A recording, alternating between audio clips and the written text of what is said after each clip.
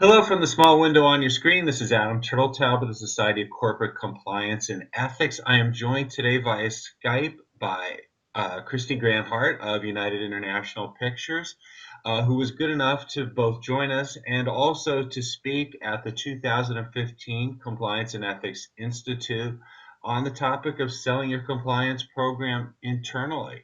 Kristy, first of all, I got to say this presentation was a big hit at the European Compliance and Ethics Institute, and thank you for being willing to do it again.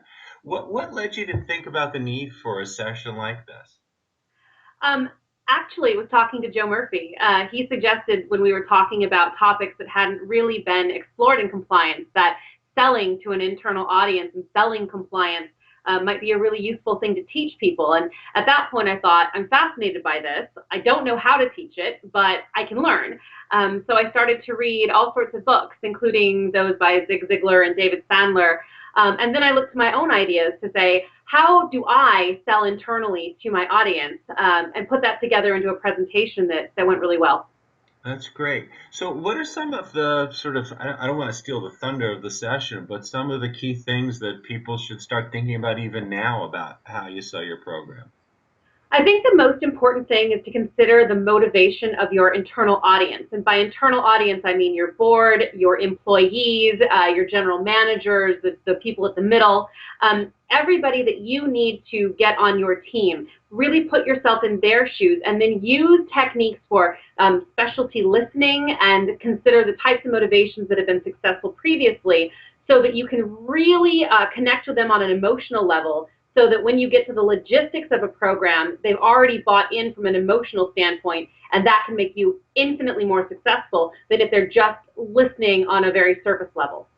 Sort of, I think back of my own years in advertising and stuff, of thinking the idea of sort of selling from the listener's perspective, what they want to hear, not what you want to say.